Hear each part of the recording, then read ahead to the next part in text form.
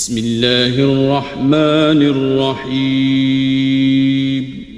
شروع اللہ کا نام لے کر جو بڑا مہربان. المکہ C D centre and cassette house. ہمارے ہاں حضرت مولانا قاری عبدالرشید توحیدی کے تمام خطبہ جمعۃ المبارک اور ان کے اشعار کی سیڈیز اور کیسٹیں دستیاب ہیں.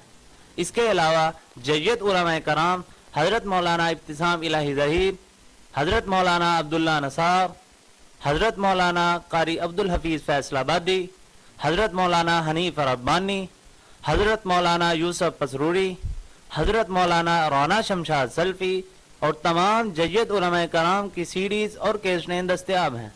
ہمارا ایڈریس مبشر جنرل سٹور، چوک بیگم کوٹ، شادرہ، لاہور. فون 0300808163. إن الحمد لله نحمده ونصلي على رسوله الكريم. أعوذ بالله من الشيطان الرجيم. بسم الله الرحمن الرحيم. قل هو الله أحد الله الصمد لم يلد ولم يولد ولم يكن له كفوا أحد.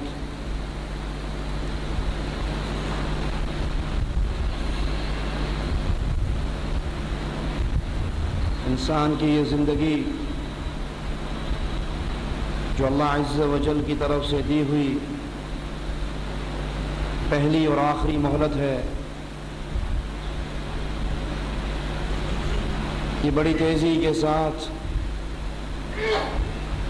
اختتام کی طرف روانہ ہے. ہر ڈوبنے والا سورج آپ کی اور میری زندگی کے ایک دن کو کم کر جاتا ہے. رسول اللہ صلی اللہ علیہ وسلم نے ارشاد فرمایا، اعمار امتی ما بین 60 الى 70 سنہ. اللہ عز و جل نے میری امت کو 60 اور 70 کے درمیان عمر دی ہے.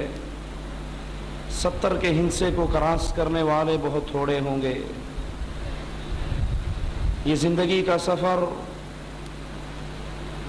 اس کی اختتام پر 2 منزلیں ہیں، 2 ٹھکانے ہیں. یا تو ہمیشہ کی جنت ہے، اللہ ہم سب کو اپنی رحمت سے اپنی جنت میں جگہ عطا فرمائے، جہاں اللہ کی مہربانییں، اللہ کی میزبانییں، اللہ کی رحمتیں، دودھ کی نہریں، شراب کی نہریں، شہد کی نہریں، میٹھے پانی کی نہریں، اور ہر وہ چیز جو انسان کی ڈیمانڈ ہوگی، جو انسان کی تمنا ہوگی. خوش نصیب ہے وہ جس کے زندگی کے اختتام پہ اس کو جنت مل جائے، اور کتنا ہی بد نصیب ہے وہ جس کا اختتام جہنم کے گڑھے پہ ہوگا. یہ قبر جو مرنے کے بعد آپ کا اور میرا ٹھکانہ بننے والی ہے، یہ یا تو ریاض الجنہ ہے، جنت کا باغیچہ ہے، اور یا پھر آگ کا گڑھا ہے. سوچئے، اور اللہ عز و جل سب سے پہلے کہنے والے کو سوچنے کی توفیق عطا فرمائے. میں اور آپ کیسی زندگی گزار رہے ہیں؟ جس زندگی کے اختتام پر جنت ہمارے استقبال کے لیے ہوگی، یا وہ دہکتا ہوا عذاب، وہ کھولتا ہوا پانی جس کا ایک قطرہ اگر دنیا پہ گرا دیا جائے تو یہ زمین انگوری پیدا کرنے کی طاقت سے محروم ہو جائے. وہ پانی جو انسان کے پیٹوں میں آئے گا، انتڑیاں ٹکڑے ٹکڑے ہو کر باہر نکل جائیں گی. وہ آگ جس پہ چہروں کو جلایا جائے گا، چمڑی جل جائے گی. بدلناہم، مالک کہتا ہے ہم بدل دیں گے، نئی چمڑی دے دیں گے. یہ جہنم کے گڑھے کے اندر گرے ہوئے چاہیں گے چھلانگ لگائیں اور جہنم سے نکل جائیں. اعیدوا فیہا، اس جہنم کے اوپر فرشتے لوہے کے گرز ان کے اوپر ماریں گے اور ان کو پھر جہنم کی تہ میں پہنچا دیا جائے گا۔ ہر کلمہ پڑھنے والا، اللہ پر یقین رکھنے والا، اس کی خواہش ہے، اس کی دعا ہے، اس کی تمنا ہے کہ اللہ ہمیں جنت میں داخل فرما دے، کیونکہ جنت چیز ہی ایسی ہے، جنت نعمت ہی اللہ کی اتنی بڑی ہے۔ صحیح مسلم میں موسیٰ علیہ السلام کا وہ واقعہ نقل ہے کہ اللہ عز و جل سے سوال کرتے ہیں، اللہ سب سے آخری درجے کا جنتی کیسا ہوگا؟ مالک کہتا ہے موسیٰ علیہ السلام، یہ وہ جنتی ہوگا جو پورے صراط کو سب سے آخر میں کراس کرے گا، یہ گرتا پڑتا تڑپتا پار ہوگا، مڑ کر دہکتی ہوئی جہنم کو دیکھے گا اور کہے گا اللہ تیرا شکر ہے اس آگ سے بچا کر تو نے مجھ پہ وہ احسان کیا جو کسی پر نہیں کیا۔ اس کے سامنے ایک درخت نمودار ہوگا بڑا خوبصورت، یہ کہے گا اللہ مجھے اس کے نیچے بٹھا دے۔ مالک کہے گا اگر تجھے یہ دے دی تو اور مانگنا شروع کر دے گا، وہ کہے گا اللہ نہیں اس کے نیچے بٹھا دے، اور کچھ نہیں مانگتا۔ تھوڑی دیر کے بعد ایک اور درخت کچھ فاصلے پر نمودار ہوگا، یہ برداشت کرنے کی کوشش تو کرے گا لیکن کر نہیں سکے گا، کہے گا اللہ اس درخت کے نیچے بٹھا دے۔ مالک کہے گا تو نے ابھی وعدہ نہیں کیا تھا، وہ کہے گا اللہ وعدہ تو کیا تھا لیکن بس یہ آخری ڈیمانڈ ہے، یہ دے دے اور نہیں مانگتا۔ تیسرا درخت جنت کے دروازے کے قریب نمودار ہوگا، یہ کہے گا اللہ آخری سوال ہے اس درخت کے نیچے بٹھا دے۔ اللہ اس کے نیچے بٹھائے گا، یہ اہل جنت کے کہکوں کو سنے گا، اہل جنت کو اپنی نعمتوں سے لطف اندوز ہوتے دیکھے گا، برداشت نہیں کر سکے گا، کہے گا اللہ مجھے بھی اس جنت میں داخل فرما دے۔ مالک کہے گا جا جنت میں چلا جا۔ جنت میں جانے والا آخری مومن جنت میں جا رہا ہے، خیل الی انہا ملآ، اس کے دل میں گمان پیدا ہوگا جنت تو بھر گئی، کہاں جاؤں؟ حوروں کی شادیاں ہوگی، محلات میں لوگ داخل ہو گئے، میرے لیے تو کچھ باقی نہیں بچا، میں جنت میں کہاں جاؤں؟ یہ واپس لوٹتا کہتا اللہ جنت میں تو کچھ رہا نہیں، سب کچھ بٹ گیا، میں کہاں جاؤں؟ مالک کہے گا اے میرے بندے کیا تو راضی ہوتا ہے تجھے میں اتنی بڑی جنت دوں جتنی دنیا کے کسی بادشاہ کی پوری بادشاہت ہوا کرتی ہے؟ یہ کہے گا اللہ میں راضی ہوں۔ مالک کہے گا یہ تیرے لیے وَمِثْلُ ذَلِكَ وَمِثْلُ ذَلِكَ وَمِثْلُ ذَلِكَ، اس طرح کی ایک اور جنت، ایک اور جنت، ایک اور جنت، ایک اور جنت۔ یہ کہے گا اللہ میں راضی ہو گیا۔ مالک کہے گا اس طرح کی 10 جنتیں اور انعام کے طور پہ دیتا۔ پھر یہ بندہ کہہ رہا ہے اللہ میں راضی ہو گیا، اور اللہ اس سے سوال کرتا ہے بندے مانگ کیا مانگتا ہے؟ جو ہی اللہ کہے گا مانگ کیا مانگتا ہے، یہ اپنی ڈیمانڈ کی فہرست سامنے رکھ دے گا، اریدو کذا و کذا و اریدو کذا و کذا و اریدو کذا، فلاں بھی چاہیے، فلاں نعمت بھی چاہیے، وہ نعمت بھی چاہیے، جنت کی وہ نعمت بھی چاہیے۔ مالک کہے گا تجھے دے دی، تجھے دے دی، تجھے دے دی۔ بندے کی ڈیمانڈ ختم ہو گئی، بندے کی ڈیمانڈ ختم ہو گئی۔ اللہ کہتا ہے عبدی اولا تریدو کذا، تجھے فلاں نعمت نہیں چاہیے؟ کہ اللہ اریدو کذا، یہ تو چاہیے، جا تجھے یہ بھی دی۔